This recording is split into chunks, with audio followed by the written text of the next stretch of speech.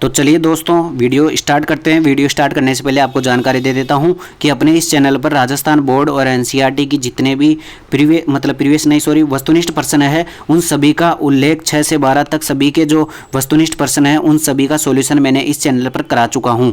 6 से 10 तक की अपन ने कर चुके हैं। बाकी 11वीं और 12वीं की जो किताबें हैं उनके अंतर्गत भी जो राजस्थान के जितने भी राजस्थान जीके के क्वेश्चन है, जो जितने भी वस्तुनिष्ठ प्रश्न है चैप्टर के लास्ट के चैप्टर के बीच के, उन सबका सॉल्यूशन भी इसी चैनल पर कराने वाला हूं। तो सबसे पहले अगर आपने पिछले वीडियो नहीं देखे तो उनको देख लेना और चैनल को सब्सक्राइब कर लेना। अब देखो इस वीडियो की बात करूं तो इससे जस्ट पिछले वीडियो के अंतर्गत मैंने सीईटी जो के लिए 25 क्वेश्चन सेलेक्ट किए थे। किसके लिए 25 क्वेश्चन सेलेक्ट किए थे? 6 से लेकर के 10वीं तक की किताबों में से, ठीक है। 25 क्वेश्चन जो कि राजस्थान की सीईटी 10+2 के लिए इंपॉर्टेंट होने वाले हैं। उनमें से 10 क्वेश्चन मैं करा चुका था। अब आगे 11 से लेकर के 25 क्वेश्चन इस वीडियो के अंतर्गत करने वाले हैं। बहुत मोस्ट इंपॉर्टेंट होने वाले हैं। अगर आपने 10 वीडियो नहीं देखे तो उनको बाद में जाके देख लेना। पहले ये 11 से 25 करके चले जाओ, ठीक है। तो अभी तक चैनल को सब्सक्राइब नहीं किया तो चैनल को सब्सक्राइब कर दो। अब बिना किसी टाइम खराब किए अपन स्टार्ट करते हैं, ठीक है। तो चलो स्टार्ट करते हैं। अगला क्वेश्चन है क्वेश्चन नंबर 11। 10 तक मैंने करा दिया है, अब 11वां क्वेश्चन करते हैं अपन। क्वेश्चन नंबर 11 क्या करा है? राजस्थान की राजधानी जयपुर की स्थापना किसने की थी? तो जयपुर की स्थापना किसने की थी? सवाई जयसिंह सेकंड ने किसने की थी? सवाई जयसिंह सेकंड ने की थी। याद कैसे रखोगे? जैसे जयपुर, ठीक है, इन्हीं के नाम पर रखा गया था। अब एक क्वेश्चन तो ये बनता है कि जयपुर की स्थापना कब हुई थी? जयपुर की स्थापना हुई थी 1727 में। कब हुई थी? 1727 में हुई थी। इसके अलावा ये क्वेश्चन ये पूछा जाता है कि जयपुर को पिंक सिटी कौन कहता है? पिंक सिटी किसने कहा था? स्टैनली रीड ने पिंक सिटी कहा था। इतना याद हो गया। इसके बाद में और क्या पूछा जाता है? जैसे दुर्ग वगैरह, महल वगैरह तो आपको याद होगा कि जयगढ़ हो गया, आमेरगढ़ हो गया, इसके अलावा नाहरगढ़ हो गया, और हवा महल हो गया, जल महल हो गया, मानसागर झील हो गई, ये सभी, और सिटी पैलेस हो गया, ये सभी जयपुर में स्थित है, ठीक है। इतना तो आपको सबको याद होगा। अब आगे बढ़ते हैं अपन क्वेश्चन नंबर 12 की ओर चलते हैं अपन। क्वेश्चन नंबर 12 कह रहा है राजस्थान में कौन सी जनजाति सर्वाधिक पाई जाती है? तो राजस्थान में जनजाति की बात करें तो जनजाति सर्वाधिक पाई जाती है मीणा, ठीक है। मीणा के बाद में भील पाए जाते हैं, फिर ग्रासिया पाए जाते हैं, फिर सहरिया पाई जाती है, ठीक है।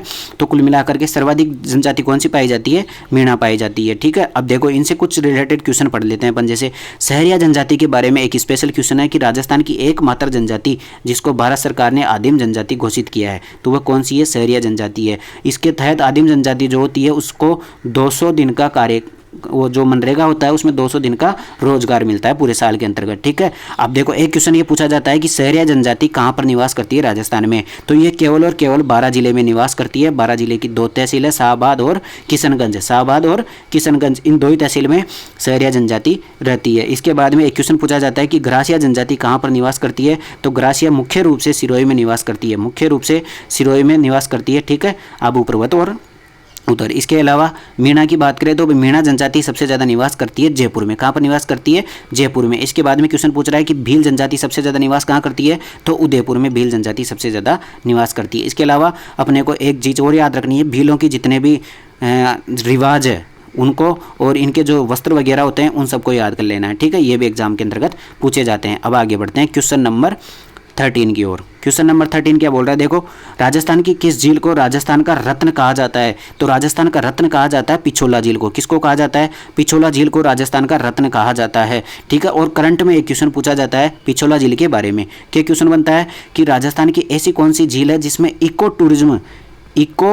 टूरिज्म मतलब कुल मिला करके मैं बता दूं, इसमें ऐसी एक बोट चलाई गई है जो कि इलेक्ट्रिक चलती है, मतलब कि तेल डीजल से इनसे नहीं चलती है और वो लाइट से चलती है, ठीक है। लाइट से चलने वाली बोट चलाई जा रही है यहाँ पर पिछोला झील में, ठीक है। तो ये वाला क्वेश्चन करंट में बनता है। इसके बाद में एक क्वेश्चन बनता है भाई आना सागर झील कहाँ पर है? आना सागर झील कहाँ पर है? अजमेर में। कहाँ पर है? अजमेर में। और इसका क्वेश्चन ये पूछता है कि आना सागर झील का निर्माण किसने करवाया था? तो अर्णवराज ने करवाया था, ठीक है। चौहान शासक अर्णवराज ने आना सागर झील का निर्माण करवाया था। इतना याद हो गया।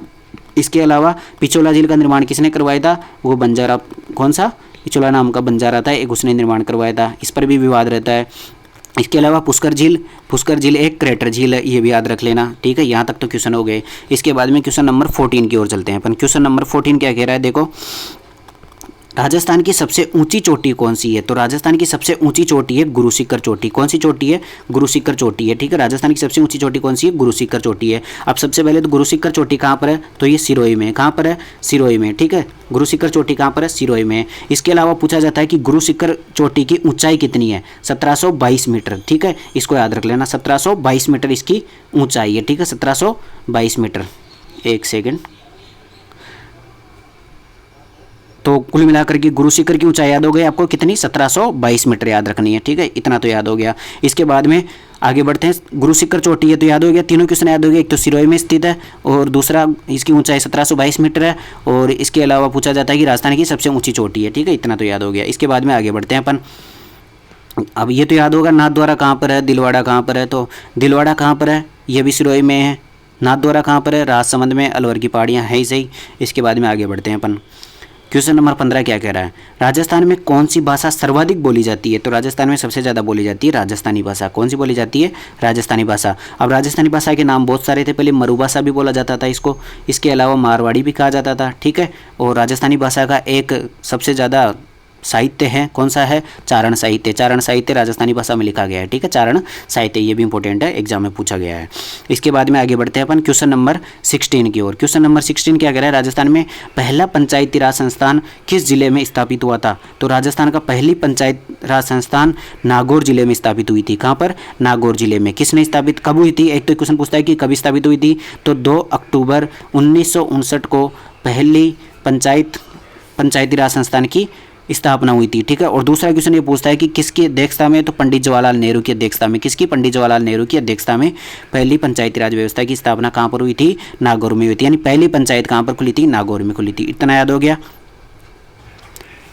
ठीक है, इतना समझ में आ गया। अब बढ़ते हैं अपन क्वेश्चन नंबर 17 की ओर। क्वेश्चन नंबर 17 क्या कह रहा है, देखो क्वेश्चन नंबर 17 है, राजस्थान के किस जिले में एशिया का सबसे बड़ा नमक जलाशय है, तो एशिया का सबसे बड़ा नमक जलाशय कहाँ पर है, नागौर में है, ठीक है। नमक जलाशय कहाँ पर है, नागौर में। आप कंफ्यूज मत होना, कभी भी सांबर मत देना आंसर, ठीक है। तो सबसे बड़ा नमक जलाशय कहाँ पर है, नागौर में। और आप मुझे ये बताओ भाई, नागौर को किस लिए फेमस है, नागौर। एक क्वेश्चन पूछा जाता है कि तेजाजी के लिए, तेजाजी का संबंध किस जिले से है, तो नागौर जिले से है, परबतसर नागौर, ठीक है, इतना से याद रख लेना। इसके बाद में आगे बढ़ते हैं अपन, क्वेश्चन नंबर 18 कह रहा है, राजस्थान का प्रमुख शाही व्यंजन कौन सा है, तो दाल बाटी चूरमा। दाल बाटी चूरमा। अब देखो व्यंजन से बात आ रही है तो व्यंजन का एक क्वेश्चन पूछा हुआ है एग्जाम में, कौन सा, कि मालपुए राजस्थान में कौन से त्यौहार पर बनाए जाते हैं, तो मालपुए राजस्थान में कौन से त्यौहार पर बनाए जाते हैं, ये बताओ मेरे को। मालपुए, ठीक है, मालपुए हरियाली मावस के दिन बनाए जाते हैं। कब बनाए जाते हैं, हरियाली मावस के दिन बनाए जाते हैं, ठीक है। तो ये त्यौहार याद कर लेना। इसके बाद में आगे बढ़ते हैं क्वेश्चन नंबर 19 की ओर। क्वेश्चन नंबर 19 क्या कहता है, राजस्थान की प्राचीनतम पर्वत श्रृंखला कौन सी है, तो राजस्थान में केवल और केवल यहाँ पर अरावली है ऑप्शन में, और वैसे भी सबसे प्राचीनतम पर्वत श्रृंखला कौन सी है, अरावली है, ठीक है, इतना समझ में आ गया। इसके बाद में सह्याद्री किसको कहा जाता है, पश्चिमी घाट को। जब आप इंडियन ज्योग्राफी पढ़ते हैं तो उसमें पता चल जाएगा। सतपुड़ा कहाँ पर है, ये अपने मध्य प्रदेश में। विंध्याचल पर्वतमाला कहाँ पर है, ये भी मध्य प्रदेश में, ठीक है, इतना तो सबको आ गया। इसके बाद में क्वेश्चन नंबर 20 पर बढ़ते हैं। क्वेश्चन नंबर 20 क्या कह रहा है, देखो एक सेकंड,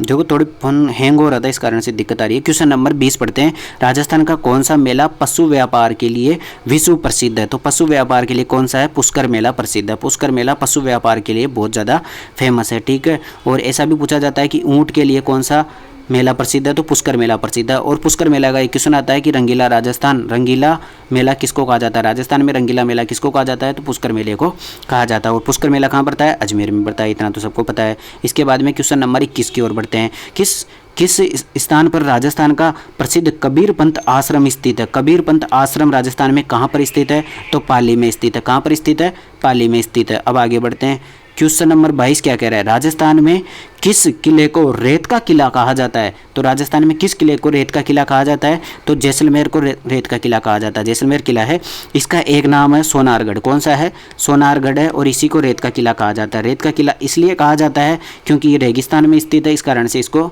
रेगिस्तानी किला या रेत का किला कहा जाता है। और एक बात और ध्यान रखना, ये जो जैसलमेर का किला है ये कौन से पत्थरों से बना है, तो पीले बलुआ पत्थरों से बना है, ये भी एग्जाम में पूछा हुआ है। इसके अलावा सोनारगढ़ किले का एक और क्वेश्चन है कि राजस्थान में सबसे ज़्यादा बुर्जों वाला कौन सा, राजस्थान में सबसे ज़्यादा बुर्जों वाला दुर्ग कौन सा है, तो सोनारगढ़ दुर्ग है। इसमें 99 बुर्ज है टोटल, ठीक है, 99 बुर्ज है। और ये सोनारगढ़ किले का ये क्वेश्चन हो गया। इसके बाद में और कौन सा, एक शायरी है, देखो जैसलमेर किले के बारे में एक पंक्ति भी बोली जाती है कि इस दुर्ग के पास पहुंचने के लिए आपको मतलब लोहे की टांगे होनी चाहिए, आपके लोहे की टांगे होनी चाहिए। क्यों ऐसा इसलिए कहा जाता है, क्योंकि वहाँ पर रेगिस्तान है, बहुत ज़्यादा गर्मी पड़ती है, तो आप जल जाओगे। तो कुल मिलाकर के मजबूत टांगे होगी तभी आप वहाँ तक पहुँच पाओगे, ठीक है। इसके अलावा कुंभलगढ़ किला कहाँ पर, राजसमंद में। इसके लिए बारे में ये कहा जाता है कि ये इतना ऊँचा है कि अगर आप इसको देखोगे तो आपकी पगड़ी गिर जाएगी, ठीक है।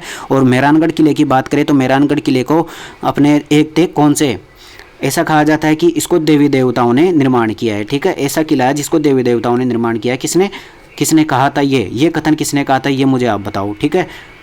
ये मुझे बताओगे कि मेहरानगढ़ किले को ऐसा कहा गया था कि देवी देवताओं के द्वारा निर्मित है, ठीक है। ये बाद में जो कमेंट करके आप बताओगे, ठीक है। इसके बाद में आगे बढ़ते हैं अपन क्वेश्चन नंबर 23 की ओर। क्वेश्चन नंबर 23 क्या कह रहा है, राजस्थान का कौन सा शहर सूर्य नगरी के नाम से प्रसिद्ध है। सूर्य नगरी मतलब सन सिटी के नाम से प्रसिद्ध है। तो सन सिटी के नाम से प्रसिद्ध है जोधपुर शहर। कौन सा शहर, जोधपुर शहर। इसको ब्लू सिटी भी कहा जाता है, ठीक है। इसको ब्लू सिटी भी कहा जाता है। और ब्लू सिटी किसने कहा था, ब्लू सिटी कहा था बिल गेट्स ने। किसने कहा था, बिल गेट्स ने कहा था। और जोधपुर में कौन सा दुर्ग है, मेहरानगढ़ दुर्ग है, ठीक है, मेहरानगढ़ दुर्ग है, इतना याद कर लेना। इसके बाद में आगे बढ़ते हैं अपन क्वेश्चन नंबर 24 की ओर। क्वेश्चन नंबर 24 क्या कह रहा है, देखो, राजस्थान के कौन से शहर को झीलों की नगरी कहा जाता है। तो राजस्थान के उदयपुर को झीलों की नगरी कहा जाता है, ठीक है, झीलों की नगरी कहा जाता है। इसके अलावा उदयपुर का एक और उपनाम है, कौन सा है, इसको व्हाइट सिटी भी कहा जाता है, इतना और याद रख लेना, व्हाइट सिटी भी कहा जाता है इसको, ठीक है, व्हाइट सिटी भी कहा जाता है। इसके बाद में आगे बढ़ते हैं अपन क्वेश्चन नंबर 25 क्या कह रहा है, देखो, राजस्थान में विधानसभा की कुल कितनी सीटें हैं। तो राजस्थान में विधानसभा की टोटल 200 सीटें, इतना तो याद रख लेना। और अभी बाकी देखो, राजस्थान की कितनी विधानसभा सीटें हैं, 200 विधानसभा सीटें हैं। और अभी की जो विधानसभा है, नवीनतम जो विधानसभा है भजन लाल जी की जो सरकार चल रही है अभी, उसकी सारे के सारे आप करंट के क्वेश्चन याद करके जाना, ठीक है। विधानसभा सीटों का कहाँ कहाँ पर उपचुनाव हुए थे ये भी याद करके जाना, आने वाले एग्जाम के अंतर्गत इंपॉर्टेंट होने वाले हैं। इसके अलावा राजस्थान की विधानसभा में जो मंत्रिमंडल था वो क्या क्या रहा है इस बार 2024 में, उसका वीडियो मैंने बना रखा है, अपने चैनल पर जा करके देख सकते हो, ठीक है। अभी तक चैनल को सब्सक्राइब नहीं किया तो चैनल को सब्सक्राइब कर लेना। मैंने अभी तक RBSC और NCERT की जो 6 से लेकर के 10 तक की बुक्स थी, उन सभी के जो जितने भी चैप्टर्स थे उनके वस्तुनिष्ठ प्रश्न मैं अपने इस चैनल पर करवा चुका हूँ। और बाकी 11वीं और 12वीं क्लास की जो भी किताबें हैं उनके जो चैप्टर्स हैं उनके क्वेश्चन भी कराने वाला हूं। तो चैनल को सब्सक्राइब कर लो, पहले की वीडियो नहीं देखें तो उनको देख लेना, और आगे आने वाली वीडियो के लिए चैनल को सब्सक्राइब करके जाना, ठीक है। वीडियो पसंद आए तो वीडियो को लाइक करें, चैनल को सब्सक्राइब करें। धन्यवाद।